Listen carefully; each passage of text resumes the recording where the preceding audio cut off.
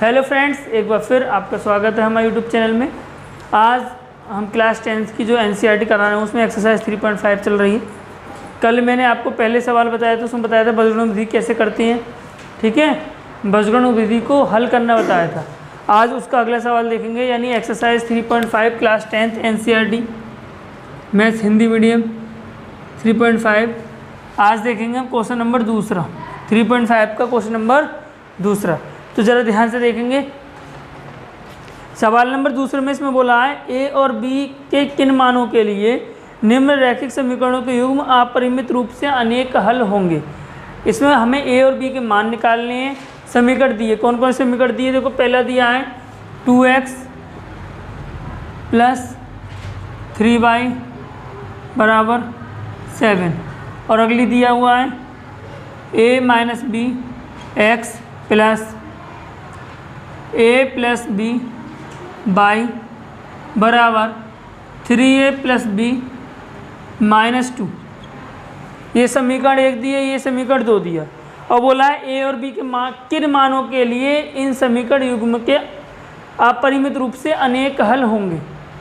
ठीक है, अपरिमित रूप से अनेक हल होंगे।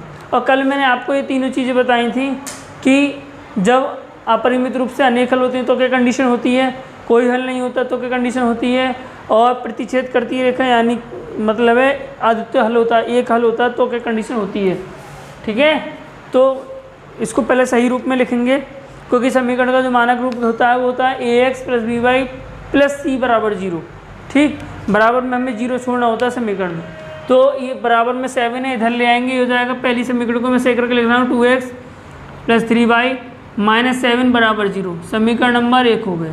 ऐसे समीकरण 2 को सही करेंगे a - b x + a + b y, और ये पूरा इधर आएगा माइनस को हो जाएगा, माइनस में लिखते ब्रैकेट लगा देंगे 3a + b - 2 = 0। समीकरण नंबर 2। ठीक है, तो और हमने आपको बताया समीकरण 1 और जो 2 होती हैं उन दोनों में हम a1 b1 c1 और a2 b2 c2 इन सबके हम मान निकालते हैं। ठीक, तो समीकरण 1 को a1x + b1y + c1 = 0 से तुलना करने पर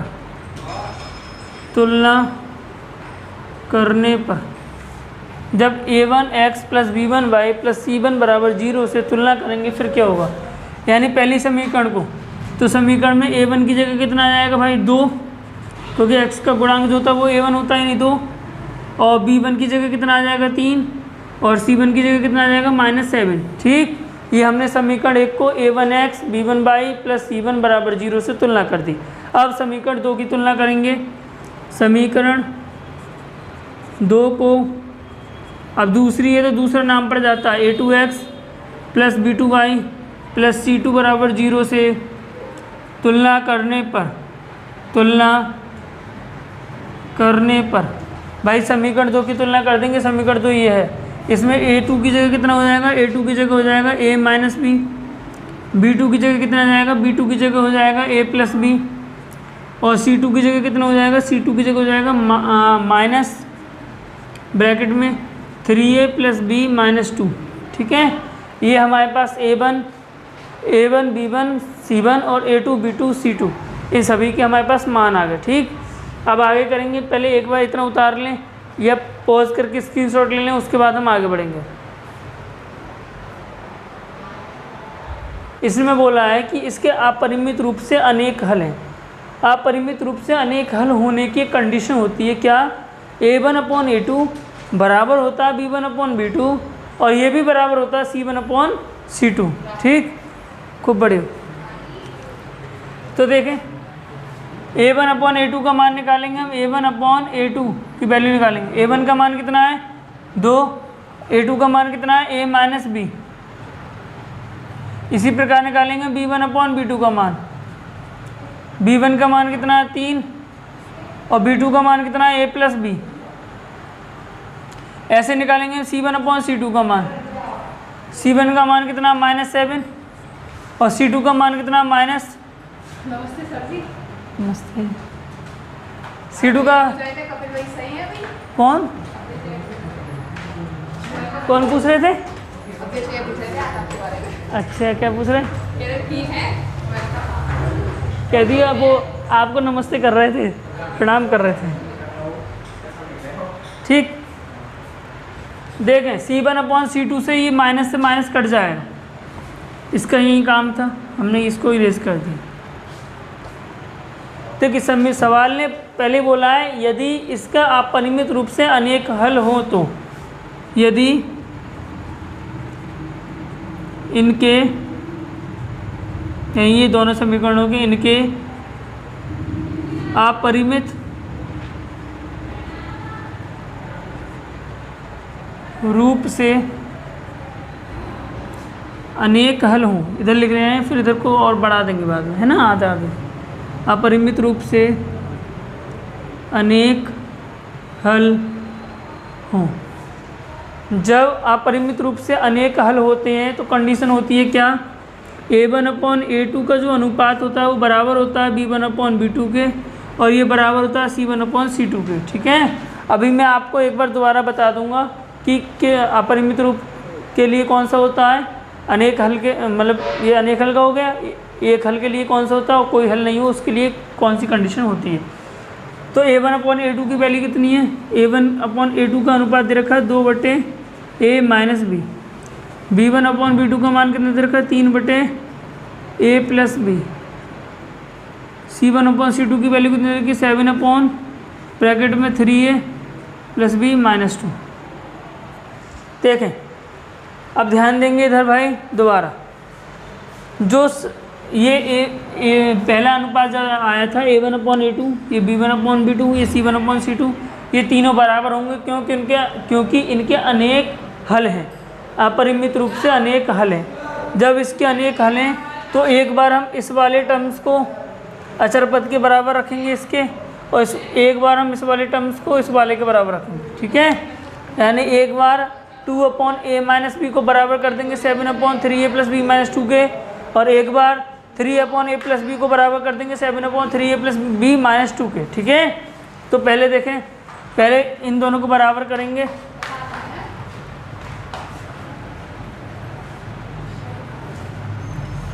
पहले करेंगे 2/A-B बराबर होगा 7/3A+B-2।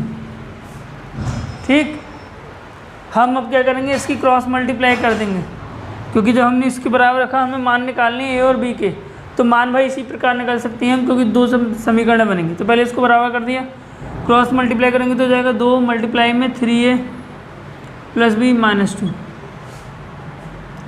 बराबर होगा 7/A-B, मल्टीप्लाई कर दें 2 3 6A+2B-2 2 4, 7A-7B। ठीक, A और B इधर ले लें दोनों, 6A प्लस का 7 इधर आएगा, माइनस का हो जाएगा, प्लस का 2 भी इधर ही है, माइनस का 7 भी इधर आएगा, प्लस का हो जाएगा, -4 बराबर 0। प्लस के 6A में से माइनस के 7A जाएंगे तो माइनस का A बचेगा, क्योंकि 7 बड़ा है इसलिए, प्लस के 2 भी प्लस के 7 भी हो जाएंगे, प्लस के 9 भी, माइनस के 4 बराबर 0। ठीक, अगर मुझे यहाँ से A की वैल्यू निकालनी हो तो क्या हो जाएगा, A बराबर ये प्लस का माइनस का 4 इधर जाकर प्लस का हो जाएगा, और प्लस के 9 भी इधर जाकर माइनस का हो जाएंगे। यहाँ पे माइनस है तो मैं इसको कॉमन भी ले सकता हूँ, माइनस कॉमन लूँगा तो इसे लिख सकता हूँ मैं 9B-4, क्योंकि मैंने माइनस कॉमन ले लिया भाई, इस माइनस से ये वाला माइनस कट जाएगा, यानी A की वैल्यू आ गई 9B-4। ठीक, इसको समीकरण नंबर 3 डालना, क्योंकि समीकरण 1 और 2 आप पहले डाल सकें। ठीक है, ये अब हमने क्यों निकाला, क्योंकि अभी हमें A और B दोनों के मान निकालने हैं। अब एक बार हमने इसको और इसको बराबर कर दिया तो हम इसको और इसको और बराबर करेंगे। अब 3/A+B बराबर होगा 7/3A+B-2 के। ठीक है, अब इसकी भी क्रॉस मल्टीप्लाई हो जाएगी, इसकी मल्टीप्लाई इससे, इसकी इससे, 3 से मल्टीप्लाई करोगे 3A+B-2 बराबर होगा 7/A+B। ठीक, एक बार इधर देख लें, फिर इसकी मल्टीप्लाई को हम इधर आगे चालू करेंगे। ठीक है, देखें जल्दी,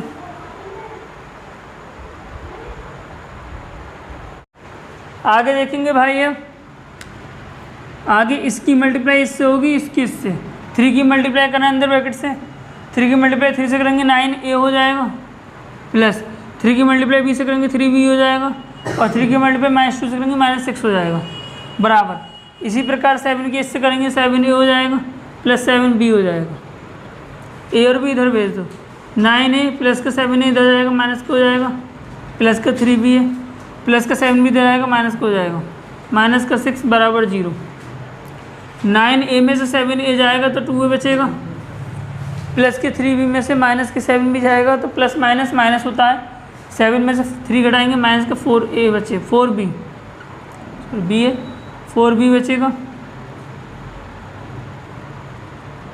-6 बराबर 0।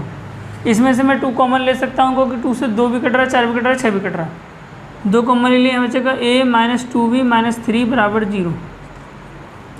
तो हो जाएगा a -2b -3 बराबर 0, क्योंकि 2 इसके बटे में जाएगा, 0 हो जाएगा। अब आप समीकरण 3 से आप यहाँ पे a का मान रख देंगे, लिखेंगे समीकरण 3 से a का मान रखने पर रख देंगे। a का मान क्या है, 9b -4, a की जगह लिख देंगे 9b -4 -2b -3 बराबर 0। इस a की जगह पे मैंने ये वाला मान रख दिया, ठीक है, 9b -4 a की जगह रख दिया, 2b ऐसे ही आया, -3 ऐसे है, बराबर 0। 9b प्लस का है, 2b माइनस का है, प्लस माइनस माइनस हो जाएंगे, 7b -3 -4 -7 हो जाएंगे, बराबर 0। इन दोनों में से मैं 7 कॉमन ले लूँगा, बचेगा b -1 बराबर 0। 7 अपॉन में जाएगा, हो जाएगा b -1 बराबर 0। b की वैल्यू निकालेंगे, प्लस का माइनस का बन जाएगा, प्लस का बन जाएगा, नहीं b की वैल्यू क्या आ गई 1, b का मान क्या आ गया 1। अब जो b का मान बनाया है वो हम समीकरण नंबर 3 में रख देंगे, ठीक है। इतना आपने उतार लिया होगा, मैं यहीं पर कर दे रहा हूँ। यहाँ रखेंगे b का मान समीकरण 3 में रखने पर, ठीक है, b का मान समीकरण 3 में रखने पर यहाँ रखें, a ऐसे ही रहेगा बराबर 9, और b की जगह हो जाएगा कि 1 है तो 1 -4, a बराबर 9 बन जाए 9 -4, 9 में से 4 घटाएंगे तो बचेगा 5, यानी a का मान कितना आ गया 5, और b का मान कितना आ गया 1, ठीक है।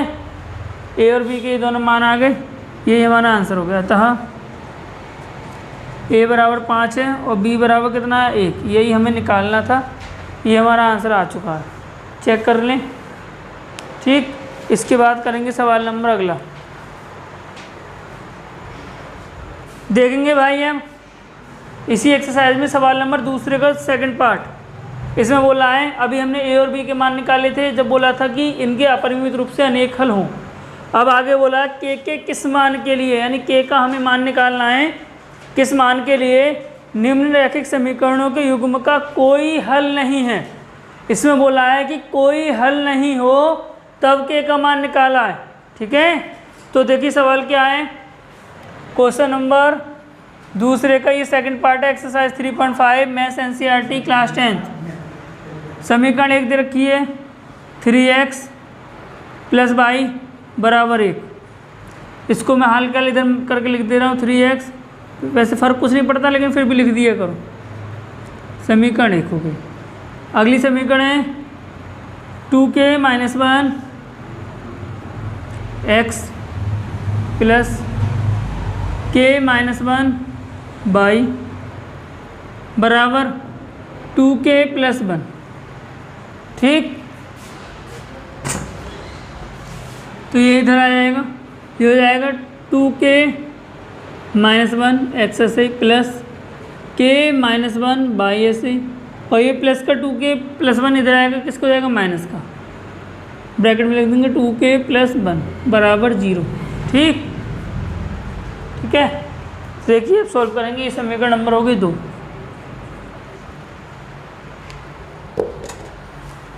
सबसे पहले हम इसमें भाई इसको मानक समीकरण से तुलना करेंगे। समीकरण 1 की तुलना करेंगे a1x + b1y + c1y 0 से। वहाँ से हम a1 b1 c1 के मान निकालेंगे। समीकरण 2 की तुलना करेंगे a2x plus b2y plus c2 से बराबर 0। वहाँ से हम a2 b2 c2 के मान निकालेंगे। ठीक है, तो देखिए लिखेंगे समीकरण एक की आधा कर दे रहा हूँ, आधा इधर कर लूँगा। एक की a1x plus b1y plus c1 बराबर 0 से तुलना करने पर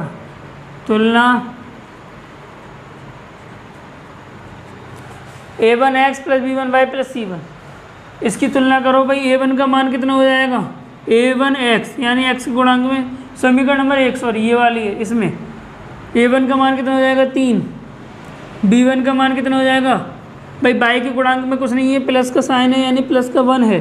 ठीक है, क्योंकि जिसके गुणांक में कुछ नहीं होता उसके गुणांक में 1 तो होता ही है, तो प्लस का 1 है।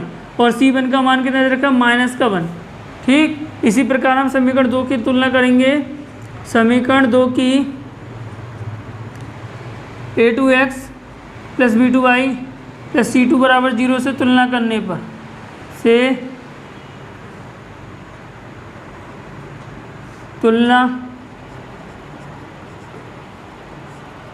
पर करें, ये है, इसकी तुलना करेंगे a2x यानी a2 का मान कितना हो गया 2k माइनस 1, b2y यानी b2 का मान कितना हो गया k माइनस 1, और c2 का मान कितना हो गया, माइनस का साइन है माइनस 2k प्लस 1।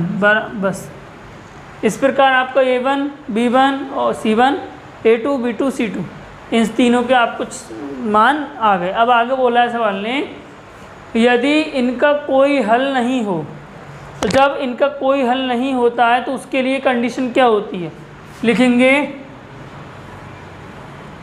यदि इनका कोई हल नहीं हो। जब इनका कोई हल नहीं होता है तो उसके लिए मैंने कंडीशन आपको लिखवाई है, a1/a2 का जो अनुपात होता है वो बराबर होता है b1/b2 के, लेकिन ये c1/c2 के बराबर नहीं होता। कहने का मतलब है a1/a2 का अनुपात और b1/b2 का अनुपात तो बराबर होता है, लेकिन वो c1/c2 के अनुपात के बराबर नहीं होता है। लगा देंगे इसी कंडीशन में जैसे दिया है। a1 का मान कितना है, a1 का मान 3 है, 3। a2 का मान कितना है, a2 का मान है 2k माइनस 1 बराबर b1 का मान कितना है 1/b2 का मान कितना है k माइनस 1, और ये बराबर नहीं है, किसके बराबर नहीं है, c1/c2। c1 का मान कितना -1 और c2 का मान कितना माइनस का 2k प्लस 1, माइनस से माइनस कट गया। अब देखें भाई इसका जो मान है वो इसकी तो बराबर है ही नहीं, नॉट इक्वल दिया है पहले ही। ठीक है, कंडीशन होती है कि जब बराबर कोई हल नहीं होता है तो उसकी कंडीशन ये है, ना ही इसका मान इसके बराबर है, तो इसे तो हमें कोई मतलब है ही नहीं। ठीक, क्योंकि ये तो बराबर ही नहीं है, तो हम यही दोनों उतारेंगे क्या, 3/2k माइनस 1, क्योंकि ये दोनों बराबर हैं, 1/k माइनस 1 क्रॉस मल्टीप्लाई कर दें, k माइनस 1 की मल्टीप्लाई 3 से करेंगे यानी 3 मल्टीप्लाई k माइनस 1 की बराबर 1 की मल्टीप्लाई करेंगे 2k माइनस 1 की, करें 3 की करेंगे 3k माइनस 3 बन जाए 3 हो जाएगा, 1 की करेंगे 2k, 1 की मल्टीप्लाई 1 से करेंगे 1 हो जाएगा, k वाली एक साइड ले लें, विदाउट के एक साइड 3k था ना यहाँ 3k, और ये प्लस के 2 के इधर आएंगे, माइनस के हो जाएंगे, माइनस का 1 ये था ही, माइनस का 3 इधर आएगा, प्लस का हो जाएगा, 3k में से 2 घटाएंगे खाली k बचेगा, माइनस के 3 में से प्लस के 3 घटाएंगे, माइनस प्लस माइनस 3 में से 1 घटाएंगे 2 बचेगा, यानी k की वैल्यू क्या आ गई, k की वैल्यू आ गई 2। यही हमारा हो गया आंसर। ठीक है, इसमें हमें पूछा था कि k का मान निकालिए, हमने k का मान निकाल दिया।